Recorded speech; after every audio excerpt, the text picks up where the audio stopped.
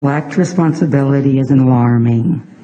I think the blatant disregard for oversight, questioning, updates, information, questions on how we got here, questions that show you, the lack of questions, the questions that show that you have an appetite for a stake in what's happening in your community. I don't have to be on a grand jury to tell you how many times in this building and on Zoom I've seen people bring something to you and you don't ask any questions about it. And if you do, there's oftentimes no follow-up to what you've asked about it. How blindly I see these decisions get made in this space brought to you by staff. It's alarming that you make these decisions so quickly and often, like I said, blindly. And if I were you, that would bother me, considering that you were literally voted to represent our interests. My interests. How can you know if it's in my best interest or our best interest if you don't know what my interest is, let alone why it is or is not in my best interest? You haven't even asked me. You haven't asked more questions about it. An example, the funds just yesterday, 1896, money that could have gone into pockets of folks, that this racist system of policing has caused. Nobody brought that to you beforehand, no, you didn't ask no questions about what this money could do, and there was nothing. You had no appetite for the stake of your community in this. Example, the mental health jail that came before you in 2021.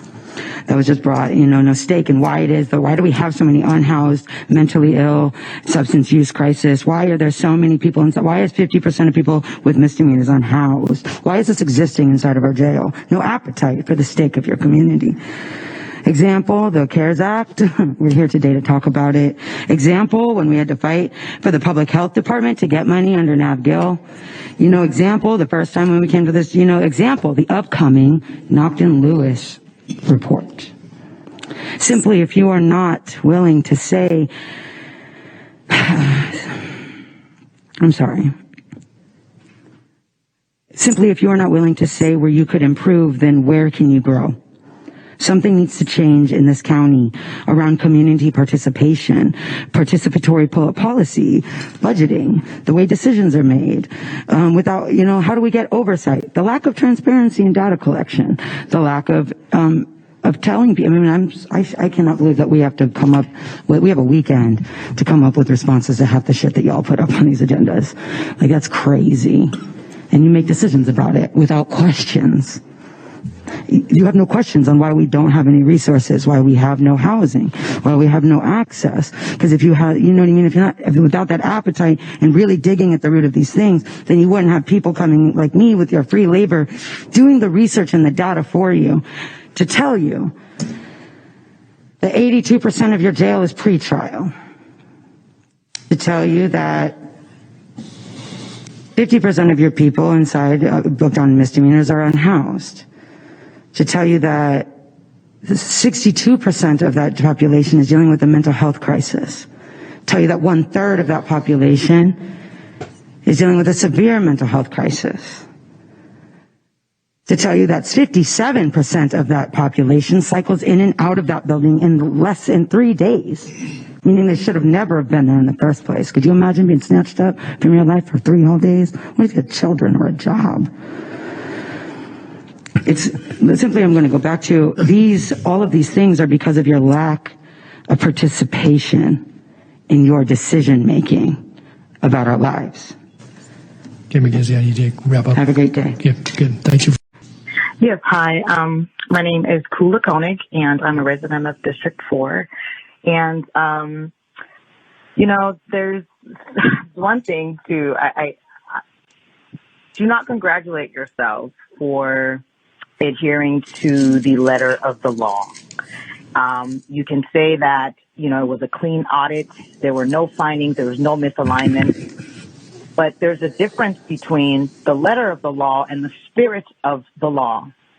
And the spirit of the law was for you to allocate funds in a way that was going to benefit those most directly impacted by the coronavirus.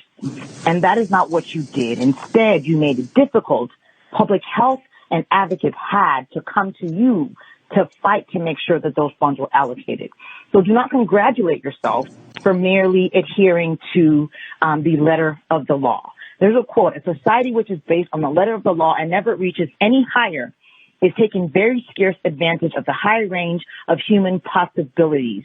You should go with justice rather than the letter of the law. And again, I come back to this thing about your intent.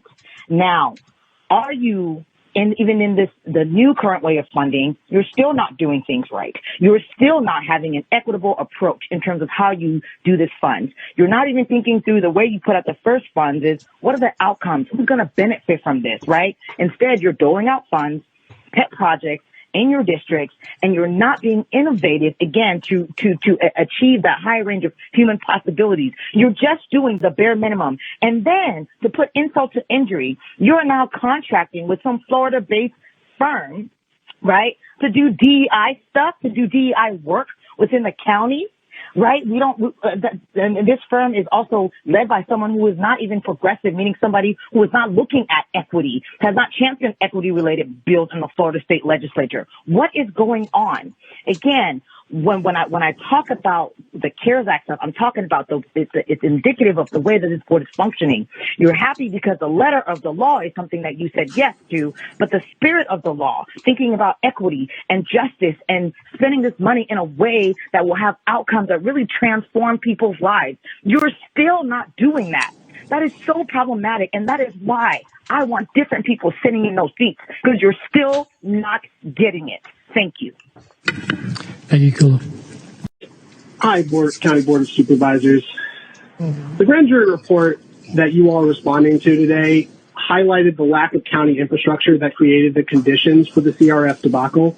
And what I mean by county infrastructure is A, there was no separate emergency budget process. B, the public health officer was not making direct presentations to the board. And C, there was no streamlined community or county request process for CARES funds. All items outlined in the grand jury report.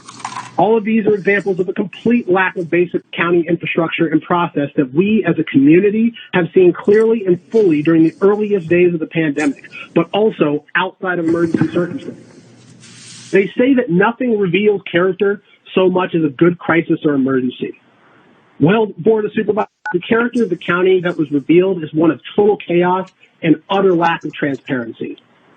But I think one of the worst pieces of it is your response to these grand jury's findings. It's beyond just hugely disappointing. It's an insult to the thousands of public health employees and DHA employees, but most importantly, to more than 2,000 Sacramento families who lost loved ones during this pandemic. That you all take no responsibility for particularly for findings items 10 and 11 around governance, oversight, and transparency is mind-boggling to understand. You talk about conducting an independent audit as a required step in your process, but how many times have you used this same third-party vendor to conduct your audits? How is that independent how independent is an audit by a company that has an invested interest in keeping good relations with a longtime client?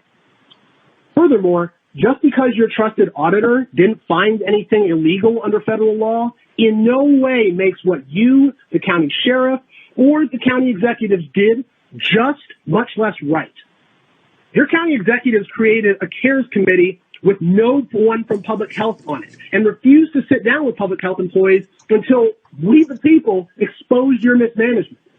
You waited over 140 days before anyone on this board and the county exec showed any level of transparency around around how the funds were dispersed. That was only after it came up during public comments.